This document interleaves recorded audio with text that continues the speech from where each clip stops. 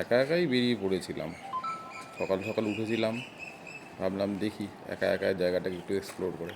একটা শর্ট রাস্তা পেয়েছিলাম, যেই রাস্তার থেকে অ্যাকচুয়ালি আমরা উঠেছিলাম হচ্ছে গিয়ে তাজপুরে একটা রিসর্টে, পালকি বিচ রিসর্ট।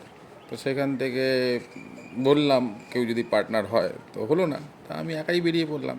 এটা হচ্ছে শর্টেস্ট রাস্তা যেখান দিয়ে বিচে পৌঁছানো যায়। এটা আমরা কালকে এক্সপ্লোর করেছিলাম, মানে আমি, আমার ফ্যামিলি, মানে আমার মিসেস, আমার ছেলে। তো যাই হোক, ভোরবেলায় বেরিয়ে পড়লাম একা একাই হাঁটতে হাঁটতে। তো ভালোই লাগছিল বেশ, পাখির আওয়াজ শোনা যাচ্ছিল ঝাউ বাগানের মধ্যে দিয়ে। একটা রাত জায়গায় ভালোই লাগলো। তো চলছি চলছি, পিছন দিয়ে এলো বাইকের আওয়াজ। সেটাকে একটু স্কিপ করার চেষ্টা করলাম, এই যে পেরিয়ে গেল।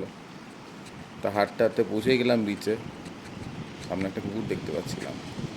ও হয়তো কিছু এক্সপেকটেশন ছিল আমার প্রতি, যে যদি বিস্কুট ফিস্কুট দেই।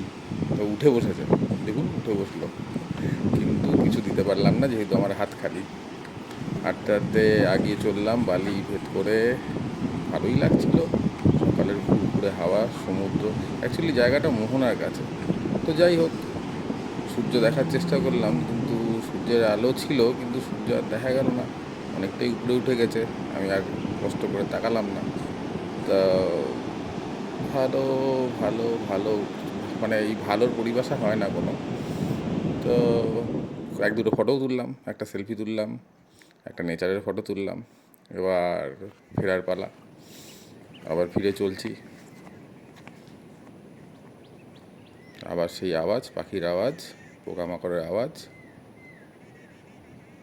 হাঁটতে হাঁটতে আগাচ্ছি, ধীরে ধীরে গানও শোনা যাচ্ছে। একটা দূরে অ্যাকচুয়ালি একটা বাসন্তী পুজো হয়েছিল, ভালো ভালো বাংলা গান চালাচ্ছিল, সেই গানের আওয়াজ ভেসে আসছিল।